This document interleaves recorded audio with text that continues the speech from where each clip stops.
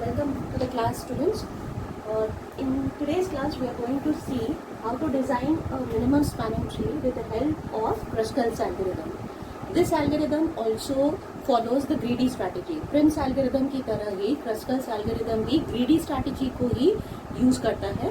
ठीक है, देखिए यहाँ पे हमें एक मिनिमम स्पैनिंग ट्री बनाना है. तो मिनिमम स्पैनिंग ट्री में हम छोटे से छोटा एज को चूज करने की कोशिश करेंगे. हम ग्रीडीनेस दिखाएंगे और हम छोटा एज को चूज करेंगे एट एवरी स्टेप. तो क्रस्कल्स एल्गोरिथम भी कुछ ऐसा ही एक अप्रोच यूज करता है ग्रीडी स्ट्रेटेजी का.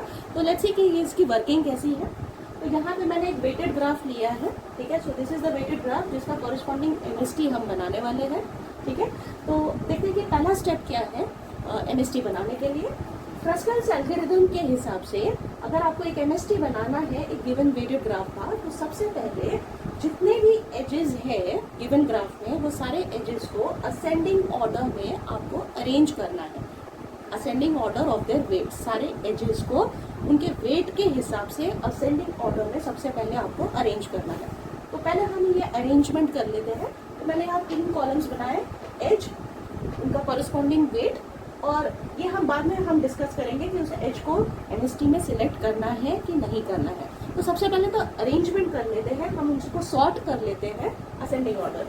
तो सबसे छोटे वेट वाला एज कौन सा है? तो हमारे पास 2 वाला जो वेट है, यू कैन सी ये सबसे स्मॉलेस्ट वेट है.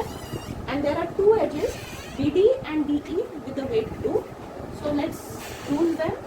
सो BD जिसका वेट 2 है, DE अगेन जिसका वेट 2 है. तो हमने ये 2 वेट एजेस को पहले लिख लिए हैं.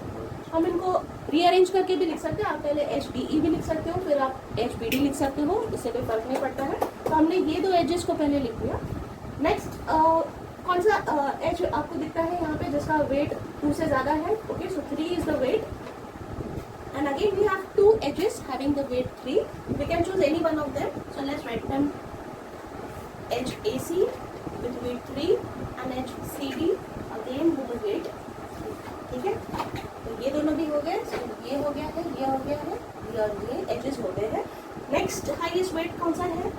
4, जो कि BC एज का है. So let's write down BC with weight 4. Okay, तो ये भी हो गया है. Next highest weight is this.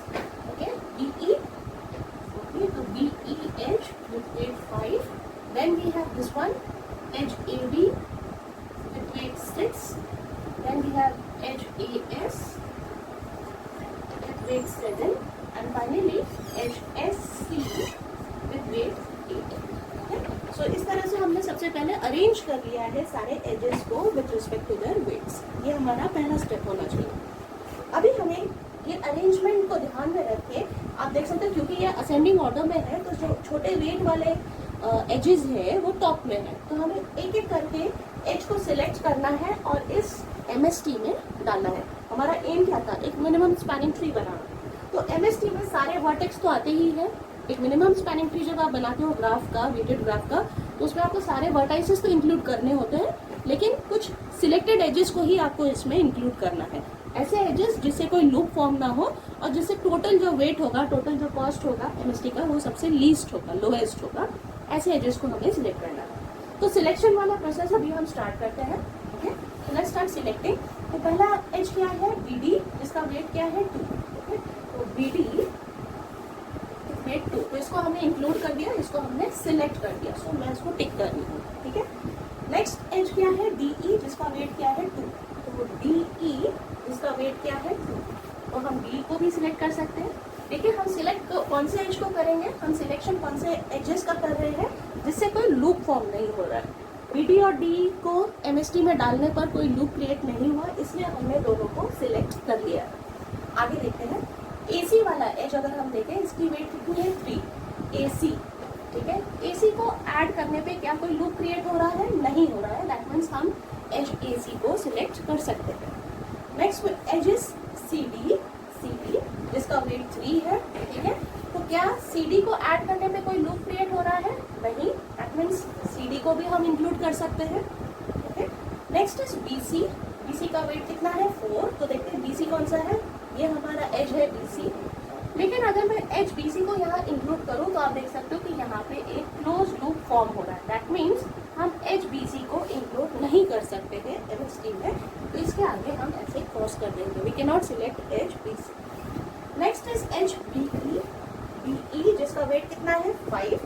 क्या बी को ऐड करने से लूप क्रिएट हो रहा है? यस, बी को ऐड करने से लूप क्रिएट हो रहा है. दैट मीन्स हम एज बी को भी सिलेक्ट नहीं कर सकते हैं. Okay. Next is edge A B का वेट कितना है 6 है. क्या ए बी को ऐड करने पे लूप क्रिएट होगा? यस, ए बी को ऐड करने पे लूप क्रिएट होगा. दैट मीन्स ए बी को भी हम सिलेक्ट नहीं करेंगे. Okay. Next is edge A S को ऐड करने पे क्या कोई लूप क्रिएट हो रहा है?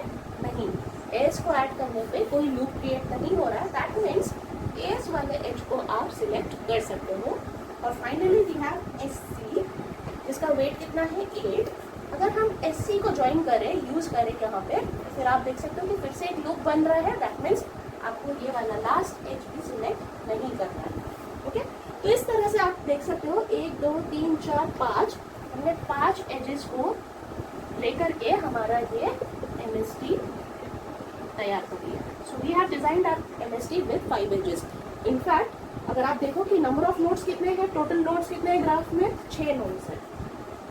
अगर 6 नोड्स होते हैं ग्राफ में तो MST में 5 एजेस काफी होती है. कोई भी MST में, कोई भी स्पैनिंग ट्री में कितने एजेस की रिक्वायरमेंट होती है? कितने एजेस को लेकर के एक MST बन सकता है? जितने नंबर ऑफ नोड्स है -1. तो अगर नंबर ऑफ नोड्स को मैं इस तरह से रिप्रेजेंट करती हूँ, मॉड ऑफ वी यानी वर्टाइसेस, तो mod of -v edges are sufficient for designing a minimum spanning tree. Okay. Let's also calculate the cost of this MST. पूरे MST का कॉस्ट कितना होगा? 7 + 3 + 3 + 2 + 2. यानी कि सारे एजेस के वेट्स को अगर हम ऐड कर ले तो ये इस MST का टोटल कॉस्ट होगा. तो देखते हैं टोटल कॉस्ट क्या है. 7 + 3 is 10, 10 + 5 is 15 and 17. तो ये हमारा इस पर्टिकुलर MST का टोटल कॉस्ट है. So this is how Kruskal's algorithm की मदद से हम एक MST को डिजाइन कर सकते हैं. I hope you have understood. If you have any doubts, feel free to ask. Thank you.